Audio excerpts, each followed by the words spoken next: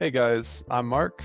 Thank you for listening to the Pausing Porn podcast. Today I'm sharing the secret to recovering from your porn addiction. I see this all the time in recovery communities. There's questions like, what method worked for you? What is the secret to recovering? What's one piece of advice I'm missing? A lot of people genuinely feel that there's one secret or maybe a few secrets that they're missing out on. And the ones that I've recovered have found this secret, kind of like the holy grail, and they're gatekeeping it.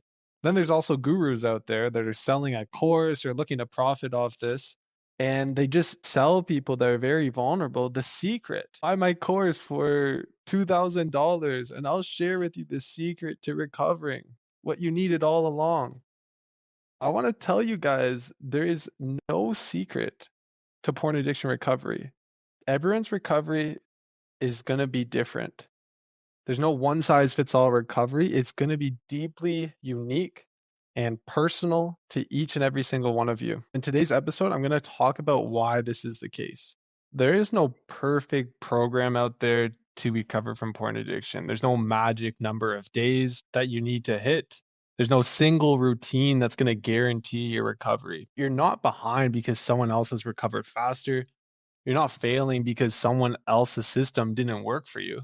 You're not missing out on one piece of information that only the people that have recovered have access to. The process of recovery is about learning, slipping up, reflecting, and building a life that you actually want for yourself. Even though everyone's recovery journey is going to look different, there still is clear patterns that show up again and again for people that have recovered from their porn addiction. I've listed some here. I'm going to start. The first one would be connecting with people. In an addiction that isolates us so much, takes us away from family, from friends, from real experiences, and isolates us to just have pornography, it really starts with connecting with people again. Like I've mentioned before, the opposite of addiction is connection. Next is educating yourself on how porn affects the brain, your emotions, and your behavior. At the end of the day, knowledge is power, and it really helps progress your recovery. We also have self-reflection. Having the ability to reflect on what happened, the past and the present, learn from this without shame, and use this to boost your recovery in the future. This next one is an accountability partner. Having someone that you could tell anything you want to. Keep accountable and they keep yourself accountable, that you speak to and you speak recovery, and you're someone you could get along with, someone you could call a friend and get through a difficult time together is very key for a recovery. I've mentioned this one here in a podcast episode before. Would be self-compassion over shame. Slip-ups are going to be inevitable in your recovery. It's how you respond to them that really matters. I also want to mention again, getting rid of secrets. And finally, being consistent in your recovery. Recovery is full of trial and error.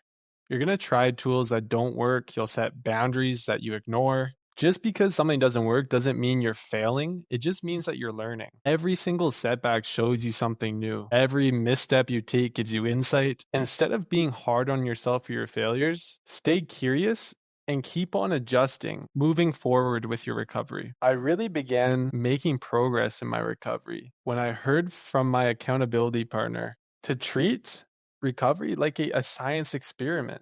Stay curious. Don't be too hard on yourself and don't be scared to try something new. You could try it out for yourself and not just once, try it a few times. And if it doesn't work, that's completely okay. Then that doesn't work for you. Like, for example, we can use porn blockers, those apps or softwares that you can install on your devices. And if you try to search pornography, it blocks it. I tried that early on in my recovery. I tried using them just as a means to help me recover. And I tried it multiple times. I tried different apps and different softwares, and every single one I would get around. It doesn't make me a failure. It just shows that these don't have any relevance in my recovery. Aside from the common elements in recovery that I already mentioned, I also had some unique elements to my own recovery that could be similar to you or could be very different. I want to start with OCD. I was diagnosed with OCD when I was 15. If I had to rate it on a scale, the lowest my anxiety would be, let's say when I wake up, would be at a 6, and it would peak every single day at some point in the day to a 10. I would have panic attacks. I would be spiraling in my mind with this anxiety, and it was incredibly difficult. Over time, my OCD integrated with my porn addiction, and I used the addiction as an escape from the anxiety. I was able to, through recovery, through therapy, actually address my OCD and make it manageable. I'm not on any sort of medication. I'm not in therapy anymore. And I would say my anxiety rests at a zero. I rarely get anxiety now. For some reason, if there is a trigger of sorts, the most it will get to is a two. And the best part is I'm still improving on it. I would like to say that I've recovered from OCD because it doesn't impact my life whatsoever anymore. And this is a part of the puzzle that makes my recovery different from yours. So likely you as a listener, statistically, you probably don't have OCD, and it's not going to have any part of your recovery journey, any part of the process within it. However, it was a massive part of my recovery journey is addressing my OCD and getting it to the point where it's manageable. Next, I'm going to mention allowing myself to fail. So I've always been a bit of a perfectionist. And as a perfectionist, going through porn addiction recovery was very difficult. I'm not someone that is good at failing, and even the fear of failing on the next recovery attempt would hold me back at times. It was when my accountability partner went and challenged me and said, like, allow yourself to fail. And when he said that, when I actually implemented it, it took so much pressure off. And I don't even think I failed many times after that. I don't think I went back to pornography many times after that.